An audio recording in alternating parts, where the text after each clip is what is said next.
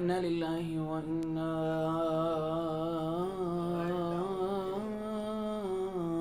إليه راجعون. صلى الله عليك يا أبا عبد الله وعلى ولديك العليين الأسير والشهيد. يا ليتنا كنا معكم فنفوز فوزا عظيما. حكم المنية في البرية جاري، ما هذه الدنيا بدار قراري. طبعت على كدرين وأنت تريدها خلوا من الأقذاء والأكدار.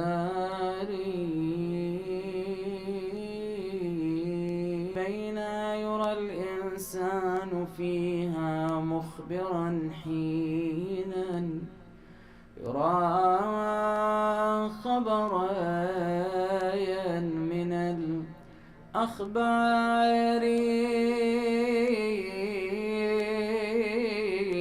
فالعيش نوم والمنية رقدة، فالعيش نوم والمنية يقظة، والمرء بينهما خيال ساري. فاقضوا مآربكم فيها عجالا، إنما أعماركم سفر من الأسفار. ومكلف الأيام ضد طباعها، متطلب الماء في جذوة نار. قد لاح في ليل الشباب كواكب، إن أمهلت آلت إلى الأسحار. يا كوكبا ما كان أقصر عمره، وكذا تكون كواكب الأسحار. جاورت أعدائي وجاور ربه، شتان بين جواره وجواره. كنت السواد لناظريه، فعليك يبكي الناظر.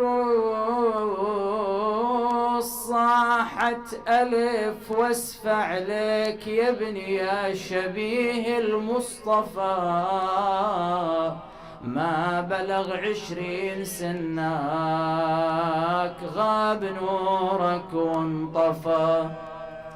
تشبه الكرار جداك في الحروب وحملته، وتشبه الزهراء بمشيها والعمر في قصرته، وتشبه العمك حسن في جوده وعفته.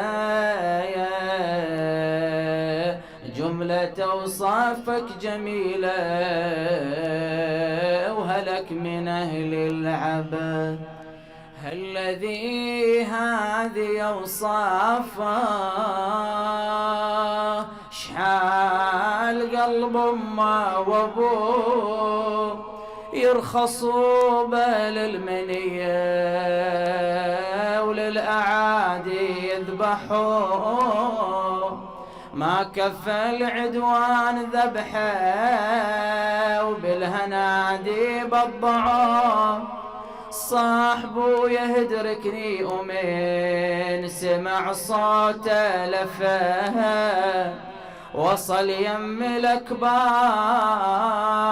وفرق عنه جموع العدا، وقعد عنده وشم وشال راسه وسده، وظل يتفقد جروحه وشاف سهم بكبدته، واللي ظل يتحسر عليه الشهيد ويجذب ونته. والله يا قمرنا اللي سطع وغاب في بحر الدمه، عمرك 19 سنة ومحسر يا ابويا على الدنيا، ما بلغ سنك 20، لكنما الأمر لله مما جاء وورد عن مولانا الإمام الحسين أنه قال: إني لم أخرج أشرا ولا بطرا ولا ظالما ولا مفسدا، وإنما خرجت لطلب الإصلاح في أمة جدي، آمر بالمعروف وأنهى عن المنكر، وأسير بسيرة جدي وأبي، فمن قبلني فالله أولى بقبول الحق، ومن رد علي أصبر. مقومات وأسس الإصلاح. الوقفة الأولى مع هذه الوصية المباركة. هذه الوصية كما لا يخفى عليكم هي وصية الإمام لأخيه محمد بن الحنفية، لكن السؤال هنا: لماذا لم يخرج محمد بن الحنفية مع أخيه الإمام الحسين؟ هل أن منهجه كان مخالفا لمنهج أخيه أم ماذا؟ هنا عندنا جوابان. الجواب الأول ما قاله له الإمام الحسين: أن تبقى عيني في المدينة، يعني بالتالي نفهم أن الإمام الحسين كلفه بمهمة خاصة. هذا التوجيه الأول.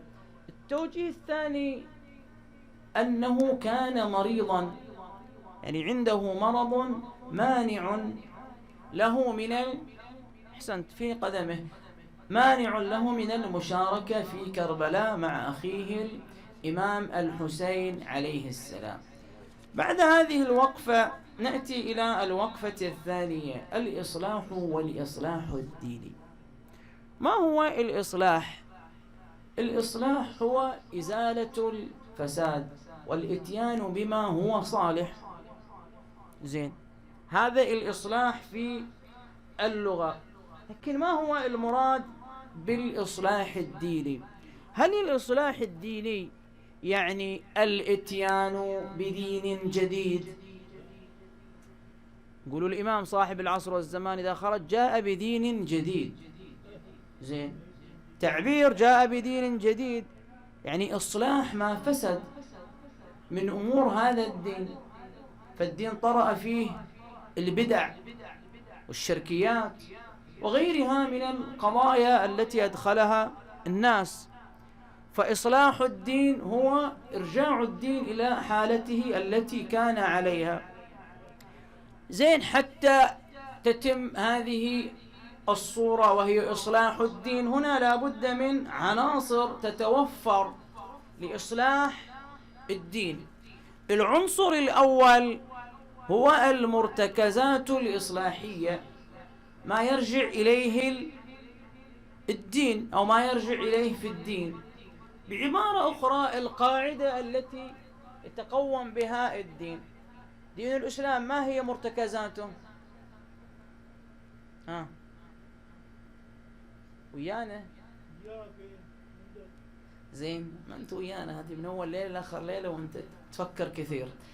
زين، الكتاب السنة هذه هي مصادر التشريع، فبالتالي هي مرتكز يرجع إليه هذا الدين. إذن هذا عنصر أول. العنصر الثاني في الإصلاح الديني توفر القيادة الإصلاحية القادرة على الإصلاح كما سيأتي إن شاء الله. زين، الثالث من هذه العناصر هي الغايات والأهداف. لا بد أن تكون هناك أهداف، غايات من هذا الإصلاح. ما هو المراد من هذا الإصلاح؟ إرجاع الدين إلى ما كان، تصحيح المفاهيم، غيره. فلا بد من وجود مجموعة من الأهداف والغايات. الوقفة الثالثة مقومات وأسس الإصلاح. المقوم الأول هو صلاح المصلح نفسه. أكو عندنا صالح وعندنا مصلح، وش الفرق بينهما؟ ما الفرق بين الصالح والمصلح؟ ويانا خليك ويانا. الصالح هو الصالح في نفسه، هذا الذي يصلي، يصوم، يحج، يؤدي العبادات على أكمل وجه وما له في غيره، هذا صالح، صح لو لا؟ زين. المصلح لا، الذي يكون له الأثر، يعني يؤثر في غيره. فيأتي مثلا لمن لا يصلي يقول له صلي صلاتك، يأتي لمن لا يصوم يقول له صم، يأتي إلى من يفعل المنكرات ينهاه عن المنكرات. ولذلك الناس يتقبلون الصالح، الصالح يقولوا نور على نور، الكل يقبله، يصلي يصوم يحج، زين، الكل يمدح يا أبو نبيل. لكن حينما يكون الإنسان مصلحا هنا يقع الكلام. لماذا؟ لأنه قد تتعارض بعض مصالحنا الشخصية مع قضية الإصلاح. أنا مثلا قد أطلب في شهادة الحق، شهادة للحق، أشهد بالحق لو لا، هذا الكلام بألسنتنا الآن، لكن في الواقع لو كان هذا الذي سأشهد عليه ابني، أخي، أشهد، هذا المفترض. لكن في أرض الواقع الله يقول اعدلوا ولو كان ذا قربى. زين، هل أنا أشهد أم لا؟ هذا امتحان بسيط جدا، لن أخسر شيئا، أقول الحق. شوف البعض يقول لك لا، أنا وشلي في الطلايب، صح لو لا؟ يقول هم ينجازوا، أنت رأيت كذا وكذا، يقول أنا لا شأن لي، لا تدخلون في مشاكل. فلا بد إذن من صلاح المصلح حتى يقوم بعملية الإصلاح. الآن أنا أريد أن أنهى مثلا ابني عن شرب الدخان، ولدي تتن، صح لو لا؟ يشرب تتن، أنا أريد أن أنهى عن شرب الدخان، لكن افترض أنا 24 ساعة السيجارة في فمي، لا فائدة، أكو أثر؟ لا. أريد أن أعلم وأحث ابني على الصلاة، وأنا صلاة الصبح ما أدري عنها، أقوم أصليها الساعة 8 قضاء، أو الساعة 7 عشان الدوام، أروح للدوام. من الطامات الكبرى يا أبا نبي. فلا بد من صلاح المصلح في نفسه حتى يصلح غيره. إذا لم يكن هو متأثرا بالخير والصلاح فلن يؤثر في غيره. إذن هذا المقوم الأول. الثاني وضوح الرؤية والأهداف، يعني عنده إلمام بدقائق الأمور وما سيقوم به من عمل إصلاحي. ولذلك تشوف الإمام الحسين عليه السلام بين الغاية، إنما خرجت لماذا؟ لطلب هذه الغاية الأساسية، العنوان العريض طلب الإصلاح. زين، أكو عندك أهداف أبا عبد الله؟ نعم. الهدف الأول الأمر بالمعروف والنهي عن المنكر. الثاني من الأهداف التمسك بالكتاب والسنة، أسير بسيرة أبي وجدي أو جدي وأبي، يعني أتمسك بسنة رسول الله صلى الله عليه وآله. إذن هذا هدف ثالث. الهدف الثالث السلم لا العنف. شنو قال؟ ومن رد علي فمن قبلني فالله أولى بقبول الحق. زين. ومن رد علي، هذا الهدف الرابع، الصبر والتسليم لله جل وعلا. ومن رد علي أصبر. إذن هذا مقوم ثاني، وضوح الرؤية والأهداف. المقوم الأخير هو الإحاطة الشمولية. يعني سيد الشهداء عليه السلام لما قام بهذه النهضة المباركة كان عنده علم وإحاطة لو ما كان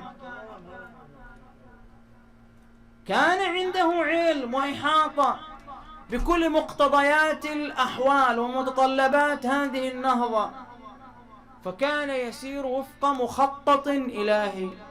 نعم، هناك رؤية ظاهرة أنه يريد الخلافة، هذا الظاهر، لكن هناك أمر باطن يخفى عن الناس، وهو الشهادة وتحقيق الغايات التي أرادها الله سبحانه وتعالى.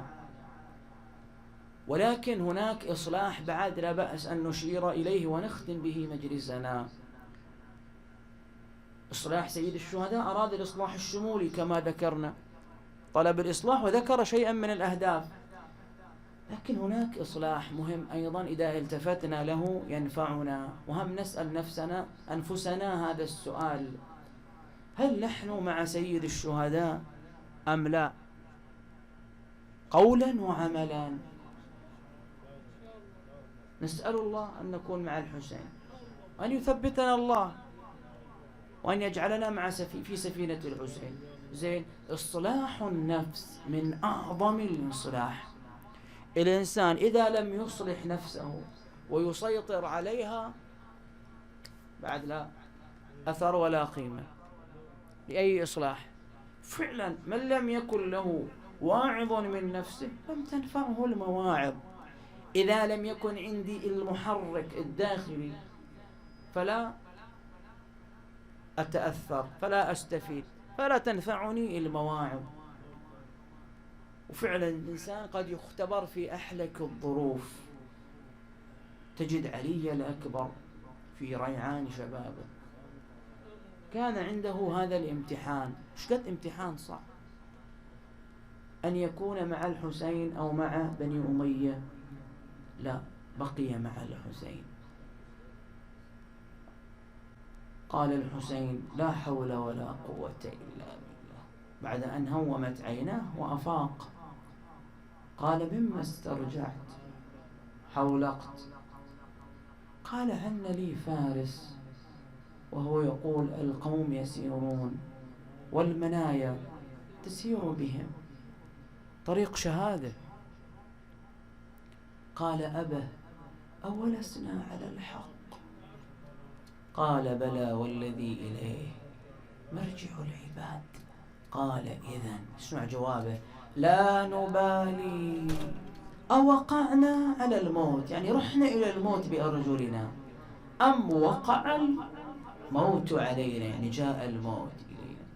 وفعلا جسد ما يقول. فحينما نادى الحسين في يوم عاشوراء: أما من ناصر ينصرنا، أما من ذاب يذب عنا، ها نحن نلبي لبيك أبا عبد الله، نلبي بألسنتنا وقلوبنا يا ليتنا كنا معك يا أبا عبد الله. فيخرج الأكبر وهو أول من برز من بني هاشم مناديا لبيك أبا عبد الله.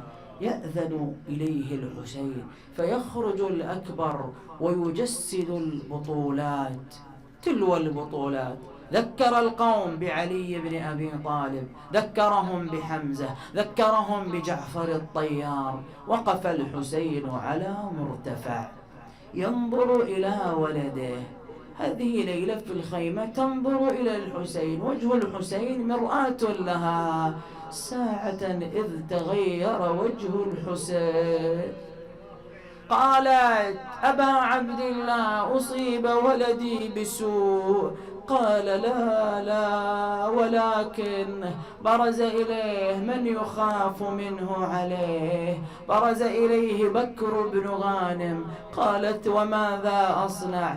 قال ادخلي خيمتك وادعي لولدك، سل الله أن يرجعه سالما، فإني سمعت من جده رسول الله بأن دعاء الأمهات في حق أولادهن مستجاب.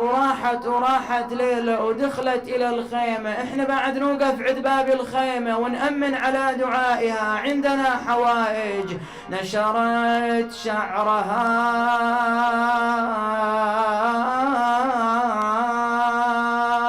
ورفعت كفيها إلى السماء. إلهي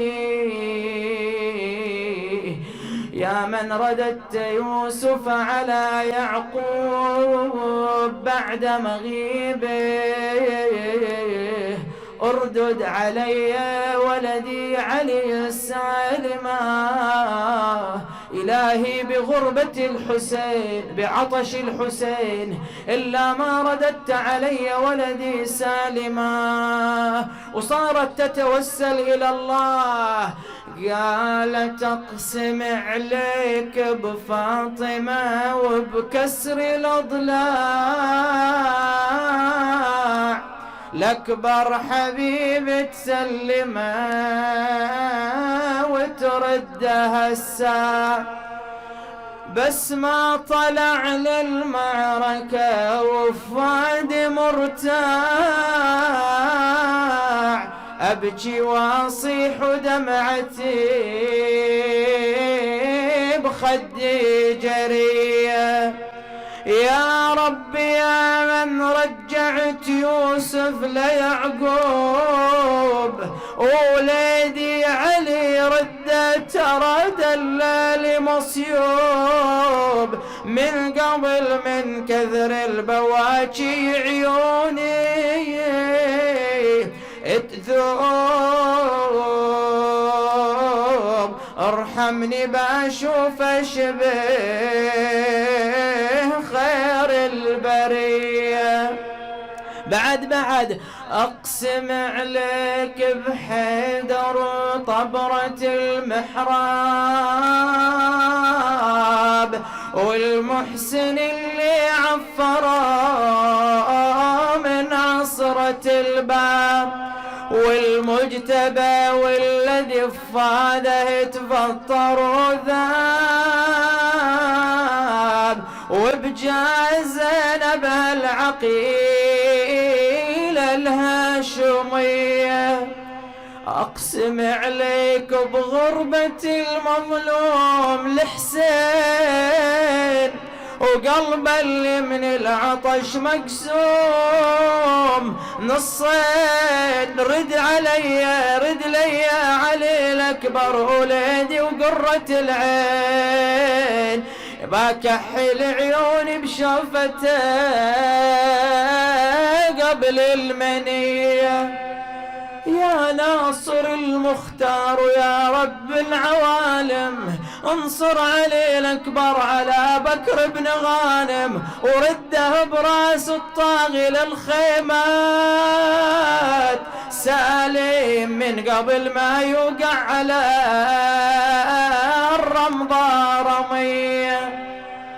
يا الله انخرق درع بكر بن غانم فباغته الأكبر بضربة فاحتز رأسه وأقبل إلى أبيه. صيد الملوك ثعالب وأرى وإذا برزت فصيدي الأبطال، أريد جائزة. قل يا ابويا قطرة مية الكبدي، أتروى ورد للميدان وحدي. قل يا ابني حجيك بهضني وفتني، العطش والميدان والحر. يا الله يقول أخرج أبي لسانه، وإذا به كالخشبة اليابسة من شدة الظما. قال سرعان ما يسقيك جدك بكأسه الأوفى، شربة لا تظمأ بعدها أبدا. بني علي ادخل على أمك فإنها تنتظر رجوعك. دخل عليها فوجدها قد أغمي عليها، أخذ رأسها وضعه في حجره، بله بدموع عينيها. أفاقت وقعت عينها على ولدها، صاحت ألف مرحبا ويا حيها القبان. من جيتني فارس أخيال، ضمته إلى صدرها وهي تنادي وشبابا وعليا. بني علي قم وتمشى أمامي. قال ولم يا أمه؟ قالت حتى أتزود من مشية الشباب. قال أمه إذا رجعت إلى المدينة ورأيت شبابا فتذكري شبابي. صرخت ونادت وولدها، وإذا بالحسين ينادي أمام الناصر. خرج الأكبر مناديا لبيك أبا عبد الله.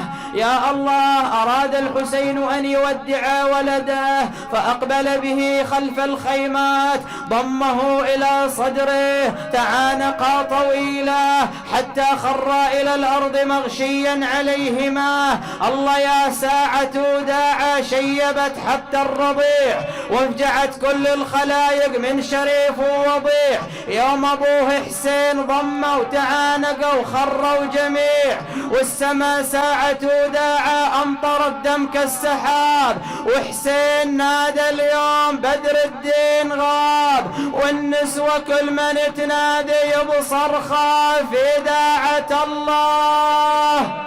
يا شباب فأحطنا عليه كحلقة الخاتم، هذه تضمه، تلك تنادي من يردنا إلى المدينة، وتلك تنادي في أمان الله. خلصه الحسين من بين أيديهن وانقلب إلى المعركة، قلب الميمنة ميسرة والميسرة ميمنة، والجناحين قلبه.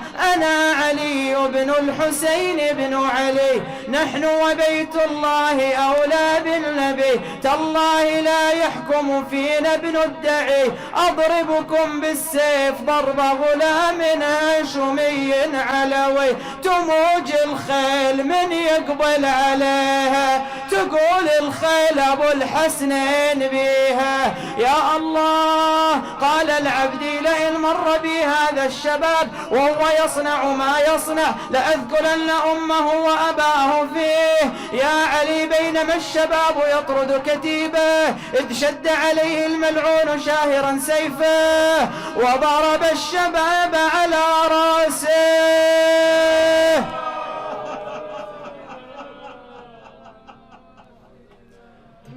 أيوة علي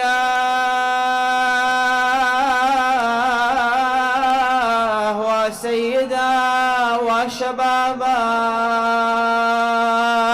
فسالت الدماء وتعلق بعنق الفراس، سالت الدماء على عيني الفراس، فذهب به إلى معسكر الأعداء، فداروا على جسد الشباب، هذا يضربه بحجار، هذا يطعنه برمح،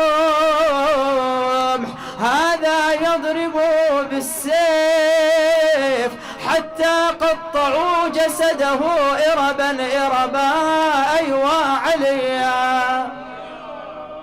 لما بلغت روحه التراق نادى أبا حسين عليك مني السلام. تقول سكينة لما سمع والدي صوت الأكبار صار يخرج إلى خيمة، يدخل إلى خيمة وهو ينادي ولدي عليه ولدي عليه. جاء إليه ما نزل من على صهوة جواده، بل ألقى بنفسه من على صهوة الجواد على ولده. تمدد طولا بطول عند الأكبر، نادى بني علي قتلوك ومن شرب الماء منعوك.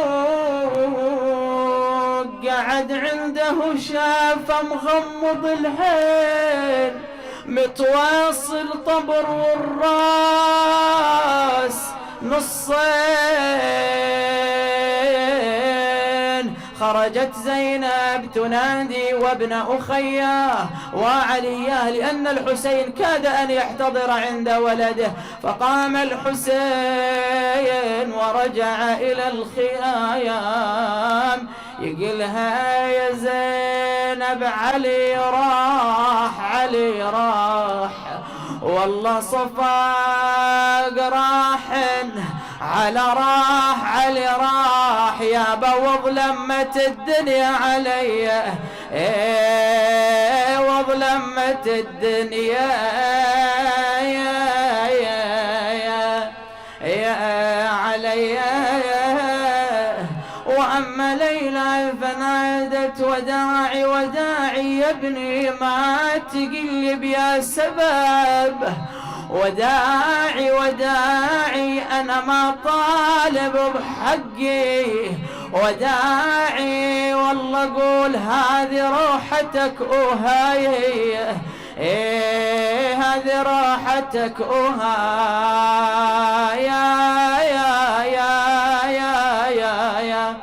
يا هي طايح الأكبر يا ليلى بالعجل قومي نشيله. طايح الأكبر يا ليلى بالعجل قومي نشيله. طايح الأكبر يا ليلى بالعجل قومي نشيله. طايح الأكبر يا ليلى بالعجل قومي نشيله. طايح الأكبر يا ليلى بالعجل قومي نشيله. هذا الأكبر والذي يشبه محمد قومي يا ليل انظري جسمه مداد كنا والله بصورة طه المؤيد. وعلى حر الغبرة يا وصفه توساد والدم تفجر مسيله. بالعجل قومي نشيله. طايح الأكبر يا ليلى بالعجل قومي نشيله. قول طايح الأكبر يا ليلى بالعجل قومي نشيله. ريتك تنظري إلى عيونك الأكبر خده الناعم على الغبرات عفار. كان والله المرتضى الكرار حيدار بالحرائب جسمه الطهر توذار. جثته بالطف جديله بالعجل قومي نشيله. طايح الأكبر بالعجل قومي نشيله. صوت ويانا طايح الأكبر يا ليلى للعجل قومي لا شوفي يا ليلى الحسين نوح عنده ممتد بكتر ووضع خده على خده من يباصر وجه ابني زيد وجده يا علي لأن جل بالثرى المختار جده جثته بالدم غسيله بالعجل قومي نشيله طايح الأكبر يا ليلى جاوب العجل قومي نشيله ويانا طايح الأكبر يا ليلى بالعجل قومي نشيله بالله يا ليلى البسي ثوب الرزية روحي للحوم انظري لأكبر رمية والصبط ينعبد دموع الجرية نادي اليوم الفقد حامي الحمية وانطبر حامي دخيله بالعجل قومي نشيله طايح الأكبر يا ليلى العجل قومي نشيله طايح الأكبر يا ليلى العجل قومي نشيله قومي يا ليلى وشوفي حسين يما في عباته قاعد وجسمه يلما بالله قومي يا الصبط لمي جسمه ضمدي جرحه وبالدمع غسليه دمه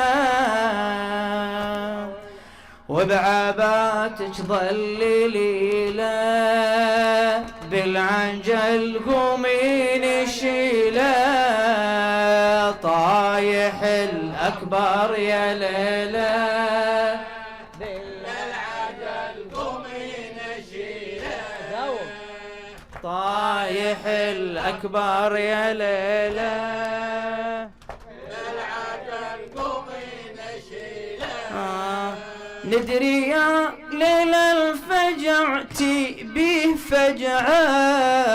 فجعة وندري عن لمن الحشا هالولد قطعة لكن احنا ننشدك والروح تنعاه قومي يا ليلى علي الأكبر نشيعه يا علي وبقلب ينعب عويله بالعجل قومي نشيله طايح الأكبر يا ليلى بالعجل قومي نشيله طايح الأكبر يا ليلى بالعجل قومي نشيله طلع شباب من الخيم قومي يا زينب هالهلي طلع شباب قومي يا زينب هالهلي طلع شباب من الخيم قومي يا زينب طلع شباب من الخيم قومي يا زينب هالهلي طلع شباب قومي يا زينب هالهلي طلع شباب من الخيم قومي يا الله يعودك طلع شباب من الخيم قومي يا زينب هالهلي طلع شباب قومي يا زينب هلهلي طلع شباب ابن الخيم قومي يا زينب هلهلي وحسينا وحسينا وحسينا وحسينا وحسين صل اللهم على محمد وآل محمد بالحسين الوجيه وجده وجدته وأمه وأبيه وأخويه والتسعة المعصومين من ذريته وبنيه. اقضي لنا الحوائج، يسر لنا المطالب، شافي المرضى بالخصوص المرضى المنظورين، من عليهم بالشفاء والعافية، وادفع عنا وعن العالمين الأوبئة والأسقام والزلازل والمحن العظام بمحمد وآله الكرام. يا خفي الألطاف يا ولي الأعراف نجنا مما نحذر منه ونخاف بحق محمد وآل بيته السادات الأشراف. جماعتي الحاضرين المؤسسين احفظهم فردا فردا، ومن يلوذ بهم أطل في أعمارهم، أوسع في أرزاقهم، اجعل هذا المنزل ومنازلنا ومنازلكم منازل المؤمنين بذكرك وشكرك وطاعتك عامرة يا رب العالمين. إلى أرواح موتانا موتاكم موتى المؤسسين للجميع الفاتحة والصلوات.